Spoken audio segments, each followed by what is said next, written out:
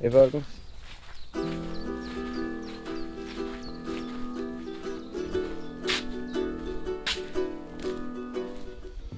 Er der altså? Skal lige se det herinde. Vi havde kaniner, de stak af.